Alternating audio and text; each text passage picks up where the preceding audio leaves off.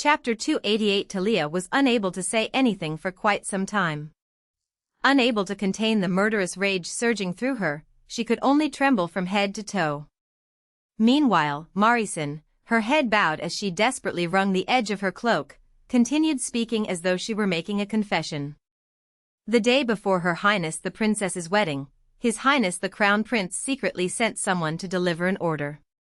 He told me to make sure that Her Highness the Princess would never be able to bear a child. So, you're saying you followed that order without a word of protest? Talia asked in a strangely suppressed voice. Marisin, who was sweating profusely and nervously watching Talia's expression, suddenly began desperately trying to justify herself. I had no choice. If I hadn't obeyed His Highness's command, my daughter would have lost her life by now. Daughter? Talia repeated blankly. Marisin swallowed hard before haltingly revealing her circumstances. I have a daughter whom I gave birth to when I was still a young girl. She is currently married to a low-ranking soldier in the Imperial Guard and lives with him in the palace quarters. When His Highness the Crown Prince learned of this, he threatened me into obeying his orders by holding my daughter's and son-in-law's lives over my head. Marisin's voice grew increasingly agitated. If I hadn't been threatened like that, I would never have dared even think of harming your highness. I had no choice but to do as I was told if I wanted to keep their lives safe. At that moment, Talia felt the intense anger coursing through her body recede like the tide, replaced by a strange emptiness that welled up inside her chest. The woman's gaunt, emaciated face bore clear traces of the anguish, inner conflict, and guilt she had endured all this time. Talia quietly gazed at her sunken eyes and pale cheeks before letting out a hollow laugh and murmuring, "So, you're saying you harmed me and my child in order to protect your daughter?" The woman flinched as though she had been struck by a whip and took another step backward. Soon, words resembling desperate pleas poured chaotically from her mouth. "I'm sorry. I'm truly sorry. I knew it was something I should never have done, but I was so afraid that His Highness the Crown Prince would hurt Risa, my daughter. She is the only family I have left. I couldn't risk losing her."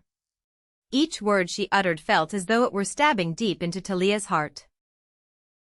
She did not understand why she was feeling such pain. Shouldn't she have wanted to tear this detestable woman apart and kill her on the spot? Yet the rage that had felt hot enough to burn through her brain gradually subsided, and an inexplicable emptiness took its place. This woman had simply been desperate to save her own daughter. The realization was unbearably painful. The fact that someone had a daughter they wanted to protect so desperately seemed to tear open an old wound within her. Staring blankly into the air, Talia murmured in a dazed voice, "I see. If that's the case, then I suppose you had no other choice." The woman, who had been sobbing faintly with her head lowered, suddenly raised it. Her expression suggested that she could hardly believe what she had just heard. Talia herself could hardly believe that she had said such words. Yet she could not even summon the will to drag this woman back to the castle and punish her. It would not bring her dead child back anyway. Talia lowered her eyes helplessly. It felt as though the very center of her chest had been hollowed out. Overcome by an unbearable exhaustion, Talia stood silently for a while before slowly turning around. "Leave calmer as you are, Your Highness." Talia Roem, who had been silently watching their confrontation, stepped forward in protest. She seemed to believe that Marisin deserved an appropriate punishment. But all Talia wanted now was for this woman to disappear from her life without a trace. "I never want to see your face again. Go. And never come back." Just as she was about to retrace her steps along the path she had taken, there was a rustling sound, and a gigantic shadow shot out from among the bushes. Talia screamed and stumbled backward, falling hard onto the ground. But she did not even have time to feel the pain. A massive beast had burst through the pale dawn light and sunk its teeth into the back of Marisin's neck. Talia instinctively covered her mouth. With a sickening crunch, the sound of bones breaking rang out, and the woman's pained, choking moans abruptly ceased. The two legs that had been struggling beneath the enormous grey body soon went limp and fell against the dirt. Yet the beast showed no intention of releasing its prey, which was clearly already dead. The beast growled low in its throat, pressed its forepaw against Marison's chest, and savagely shook the neck it had clamped between its jaws. Then, accompanied by the horrifying sound of flesh and skin tearing apart, the woman's neck was gruesomely ripped away. A suppressed scream escaped Thalia. Talia also staggered backward, letting out a ragged sob.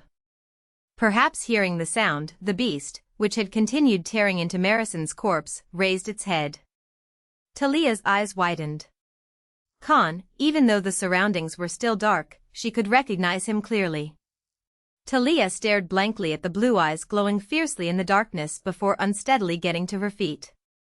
But just as she was about to approach Khan, Thalia rushed over and grabbed her by the shoulders.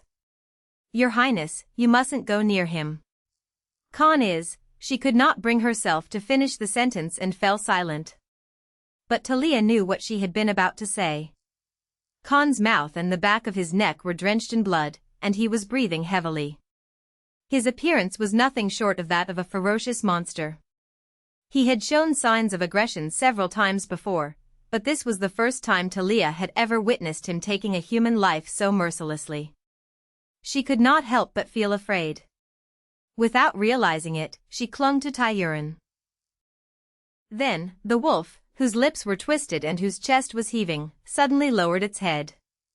For a brief moment, Talia felt relieved when the wolf lowered its tail as though its excitement were subsiding. Then she stopped breathing. The wolf's blue eyes had begun to fill with tears. Khan looked as though he were weeping bitterly like a human being, transparent tears falling continuously from his eyes. At the sight, the strength gradually drained from Thalia's arms. Talia immediately ran toward Khan and wrapped both arms as tightly as she could around his blood-soaked body. The wolf's body began trembling even more violently. Talia cupped the wolf's face in both hands and looked into his anguished blue eyes, from which clear tears continued to pour. She could see it unmistakably, the flames of grief, rage, and hatred swirling within his transparent pupils. At that moment, a sharp shiver ran through her. This wolf had taken revenge. The instant that realization pierced through her mind like lightning, the fear inside her chest vanished as though it had never existed. Talia hugged Khan even more tightly. There was no doubt about it.